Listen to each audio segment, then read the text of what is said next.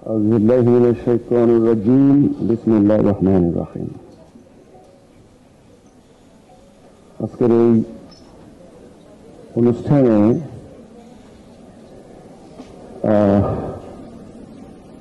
সম্মানিত প্রধান অতিথি বাংলাদেশ প্রেস কাউন্সিলের সম্মানিত চেয়ারম্যান বিচারপতি মোহাম্মদ নিজামুল হক নাসিম সাহেব এবং সভাপতি বাংলাদেশ সাংস্কৃতিক পরিষদের সভাপতি ও অর্থ মন্ত্রণালয়ের সাবেক অতিরিক্ত সচিব পীরজাদা শহীদুল হারুন সাহেব এবং উপস্থিত অন্যান্য অতিথিবৃন্দ, আজকে কবি ও গীতিকার অধ্যাপক আনিসুল হক চৌধুরী সাহেবের স্মরণ সভায় আয়োজিত উপস্থিতি সুধীবৃন্দ, সবাইকে আন্তরিক সালাম, শুভেচ্ছা, মোবারকবাদ। আসসালামু আলাইকুম ওয়া রাহমাতুল্লাহি ওয়া বারাকাতুহু। আজকে যে মানুষটির স্মরণ সভা হচ্ছে, তিনি একজন বাংলাদেশের প্রখ্যাত শিক্ষাবিদ, কবি, গীতিকার, বাংলাদেশের যে কয়েকজন এই দেশপ্রেমিক, দেশের মানুষের জন্য আজীবন লড়াই করে গিয়েছেন, অধ্যাপক আনিসুল হক চৌধুরী সাহেব তাদের মধ্যে অন্যতম। আজকে ওনার জীবনী নিয়ে অনেক দিক থেকে আলোচনা করা হবে। ওনার পরিবারের সদস্যরা যারা আছেন, আমি সবাইকে আন্তরিক অভিনন্দন জানাই, শুভেচ্ছা জানাই। আসলে আমি সকলের নাম ধরে অ্যাড্রেস করার সময় খুব কম পাচ্ছি। আমাকে আমাদের আশরাফ ভাই কানে কানে বলে দিলেন আজকে বক্তব্যটা সংক্ষেপ করার জন্য।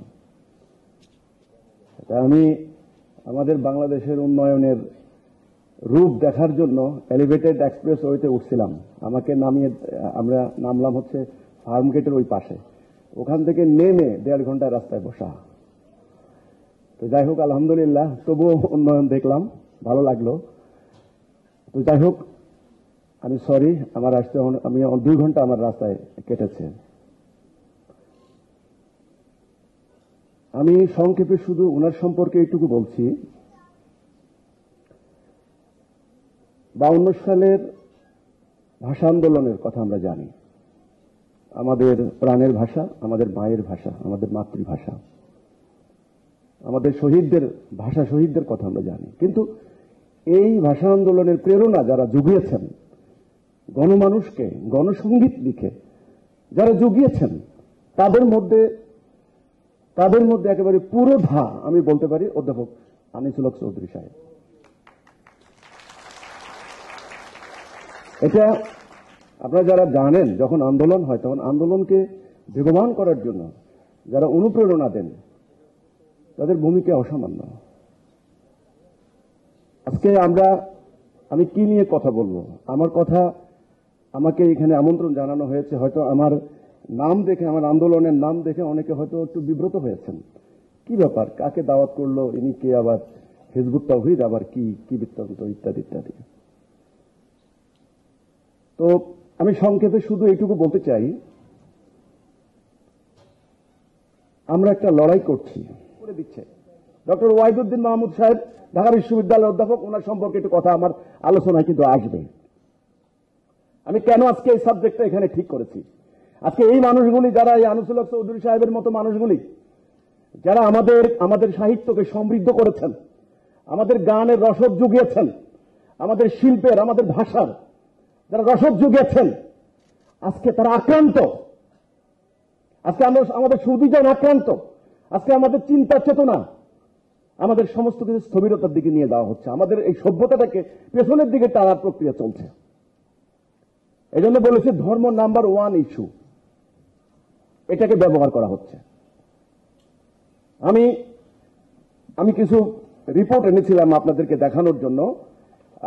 সেটা হচ্ছে চৌদ্দগ্রামের একটা সংবাদ। এই সংবাদটা আমি পড়লে আপনারা শুনবেন। আমি সঙ্গে শুধু এইটুকু বলছি।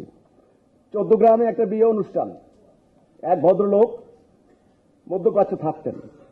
সেখান থেকে এসে তিনি ছেলের বিয়ের আগের দিন মেহেন্দি অনুষ্ঠান, আমাদের বাংলাদেশের সংস্কৃতি খেয়াল করেন, তো মেহেন্দি অনুষ্ঠানের মঞ্চে হঠাৎ করে গান নাই, কিছু নাই, হঠাৎ তিনি কোরআন তেলাওয়াত শুরু করে দিলেন। মাদ্রাসা থেকে একদল হাফেজ ডেকে এনে কোরআন তেলাওয়াত শুরু হয়ে গেল। এটা কিন্তু মিডিয়া সংবাদ এসেছে। তো ওনাকে প্রশ্ন করেছে যে আপনি এটা কেন করলেন, যে আমাদের চিরায়ত বাংলার নিয়ম, বিয়ে অনুষ্ঠানে মেহেন্দি লাগানো হয়, মেয়েরা আপনার বিয়ের গীত গায়, গান গায়। তিনি উত্তর দিয়েছেন, খেয়াল করুন, তিনি উত্তর দিয়েছেন যে আমি চেয়েছি গান বাদ্য ইত্যাদি অনইসলামিক কার্যক্রম এগুলা হারাম, আল্লাহর দেওয়া শরিয়ত মোতাবেক যেন আমার ছেলের বিয়ে হয়, আল্লাহর শরিয়া মোতাবেক। এই জন্য আমি কোরআন তেলাওয়াতের ব্যবস্থা করেছি। আমি আবারও বলছি, বি কেয়ারফুল, অত্যন্ত স্পর্শকাতর বিষয় নিয়ে আমি কথা বলি, অত্যন্ত স্পর্শকাতর বিষয় নিয়ে আমি কথা বলি, কারণ আমি লড়াই করছি। আমি আক্রান্ত হয়েছি এদের দ্বারা, আমার বাড়ি আক্রান্ত হয়েছে, আমার দুইটা ভাইকে হত্যা করেছে, জবাই করেছে, আমাকে খ্রিস্টান আখ্যা দেওয়া হয়েছে, আমাকে নাস্তিক আখ্যা দেওয়া হয়েছে। কাজে আমি এখন আর আল্লাহ ছাড়া দুনিয়াতে কাউকে ভয় পাই না। সত্য কথা বলতে হবে।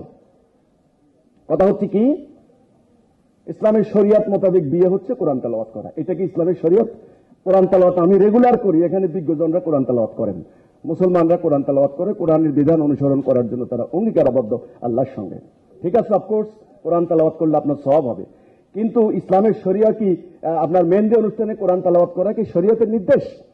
বিয়ের নির্দেশ হচ্ছে ছেলে মেয়ে রাজি হবে, নগদ মোহরানা দিবে তার সামর্থ্য মোতাবেক, এবং সাক্ষী থাকবে, এটা হলো শরিয়া। আচ্ছা, যাই হোক, আমি সেদিকে যাচ্ছি না, আমার কথা আসেন এবার। যেখানে আল্লাহ রসুল বলেছেন তোমাদের বিয়ে